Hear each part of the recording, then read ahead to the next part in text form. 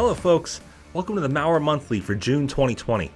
This month we're talking about Trickbot staging servers, blockchain malware, and APT using LNK files. So sit back, relax, here comes the facts.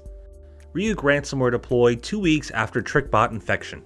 Researchers from SentinelOne recently detailed their analysis of compromised server logs, which were used by Trickbot to deploy information gathering and infection tools. Using the for-pay penetration testing platform Cobalt Strike, the Trickbot actors were able to infect the server, then use the capabilities of Cobalt Strike to steal passwords, gain elevated privileges, scan for more vulnerable systems, and much more, all with the aim of infecting as much of the network as possible. The researchers showed examples of commands launched by the Trickbot operators on the compromised server, and it appears that the attack took 2 weeks to infect the network, before launching the Ryuk ransomware on all compromised systems. While being able to see some artifacts of a sophisticated business network breach, the real interesting and concerning part of this story revolves around the use of Cobalt Strike in such an attack. We've seen plenty of tools that were created for easy penetration testing used by attackers all over the world, from Mimikatz to the Cobalt Strike platform. These tools fall into a gray area between legitimate testing tool and hacker aid, and at the end of the day, it comes down to how it's being used and by whom that decides whether or not it's malicious.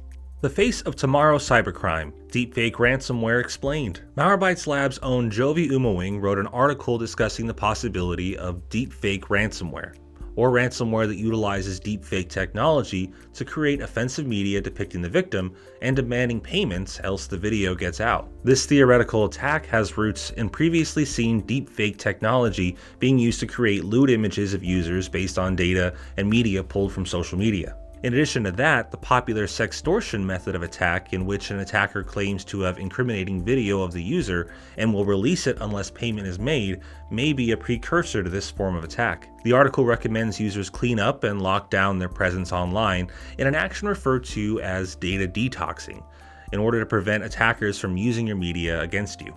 Thanos ransomware auto-spreads to Windows devices, evades security. A new ransomware family named Thanos, has been spotted targeting businesses in the wild, using tactics never before seen in ransomware attacks.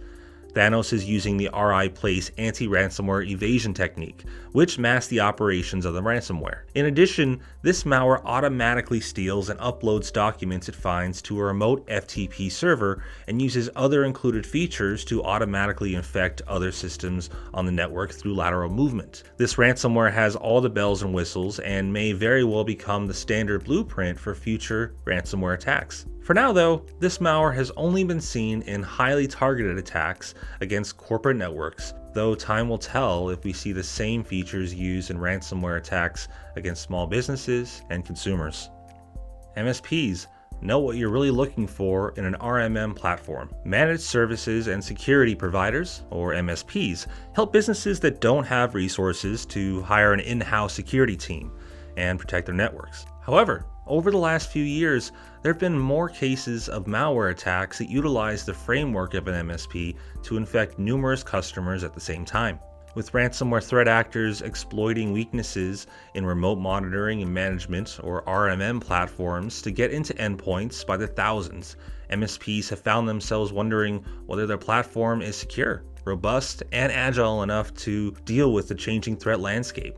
To help them decide, we drafted a post which discusses the key questions to ask when choosing an RMM that's right for them. Glupteba malware leverages blockchain as a communications channel.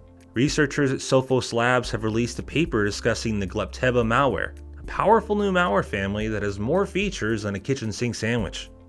From rootkit functionality that can hide processes and files to worm-like functionality that allows it to spread to and from home routers, this malware has it all, including a novel approach to getting commands from its controller. Glupteba uses blockchain technology to covertly receive commands from its command and control server, which is a new feature not seen before but likely to be copied. This malware is distributed primarily through piracy sites, where users looking for cracked versions of image editing software download what they think is a legitimate application but turns out to be malware. According to Andrew Brandt, principal researcher at Sophos Labs, this is definitely a play for people working from home or people who have their kids at home. I don't know what it is, People must know these sites are bad, but the lure is too strong. Glupteba tends to prey on people who don't have a lot of money but need the functionality of these software programs. Despite the capability of this malware, researchers believe that the goal of the attackers may be to compromise enough systems so that they could sell access to other cybercriminals on the darknet. Regardless, copycats will likely adopt many of the same features into their own malware families in the near future, especially if this particular family and its tactics turn out to be profitable. Lock and Code.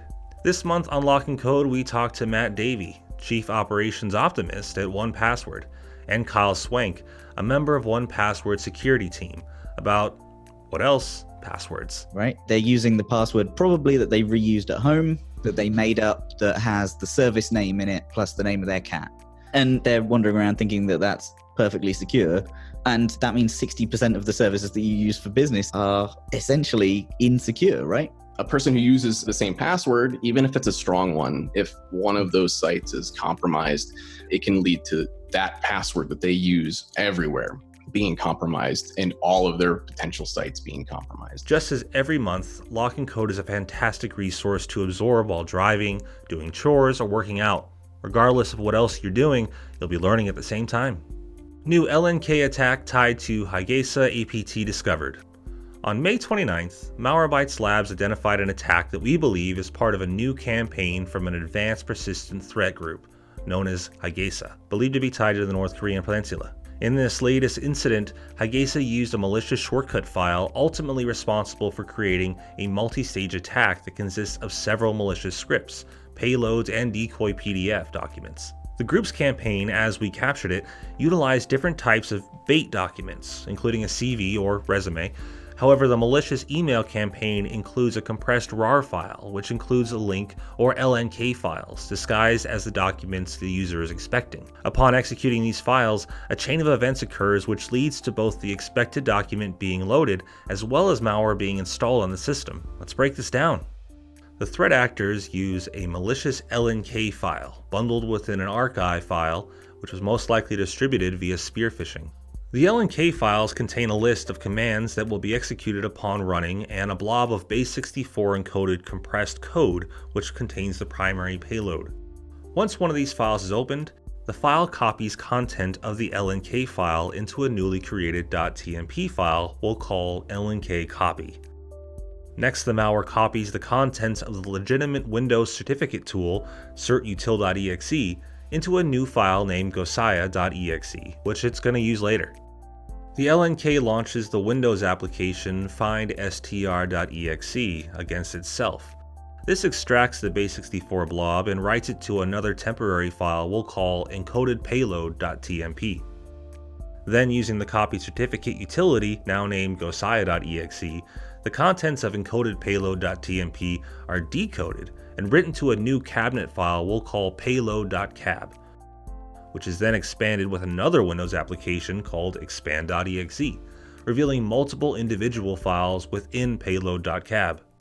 The cab file contains a malicious JavaScript we'll call malicious.js, a temporary file containing shellcode we'll call shellcode.tmp, the decoy PDF document, for example the actual resume advertised, and a loader application named svchas.exe.